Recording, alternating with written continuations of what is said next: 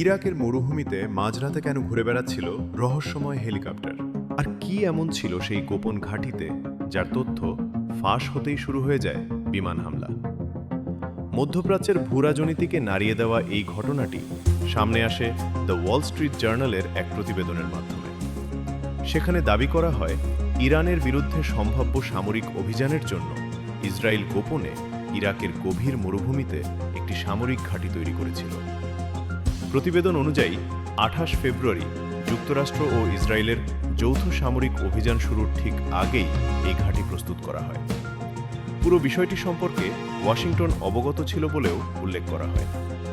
এই ঘাঁটি শুধু সাধারণ সামরিক ক্যাম্প ছিল না, এটি ব্যবহার করা হচ্ছিল ইসরায়েলি বিশেষ বাহিনী ও বিমান বাহিনীর অপারেশন সেন্টার হিসেবে। সেখানে উদ্ধারকারী টিমও প্রস্তুত রাখা হয়েছিল, যাতে কোনো যুদ্ধবিমান ভূপাতিত হলে দ্রুত পাইলটদের সরিয়ে নেওয়া যায়। সবকিছু চলছিল গোপনেই, কিন্তু হঠাৎই পুরো পরিকল্পনায় ফাটল ধরে। মার্চের শুরুতে এক স্থানীয় রাখাল দূরবর্তী মরুভূমিতে অস্বাভাবিক হেলিকপ্টার চলাচল দেখতে পান।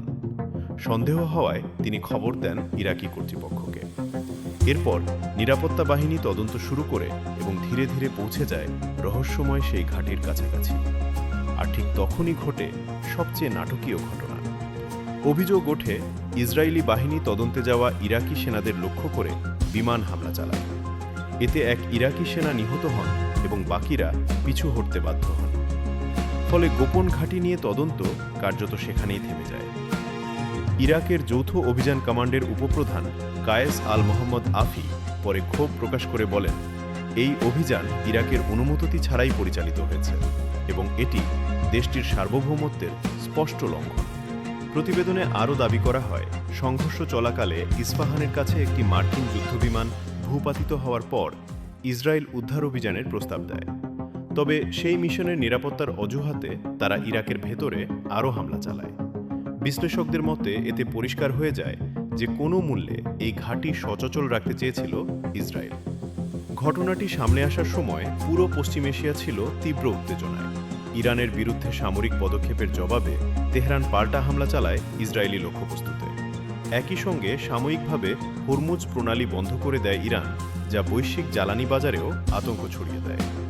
বিশ্লেষকদের মতে ইরাকের এই গোপন ঘাঁটির ঘটনা শুধু একটি সামরিক অপারেশনের গল্প নয়, এটি মধ্যপ্রাচ্যে প্রভাব বিস্তারকে কেন্দ্র করে চলমান বড় শক্তিগুলোর সংঘাতের বাস্তব চিত্র।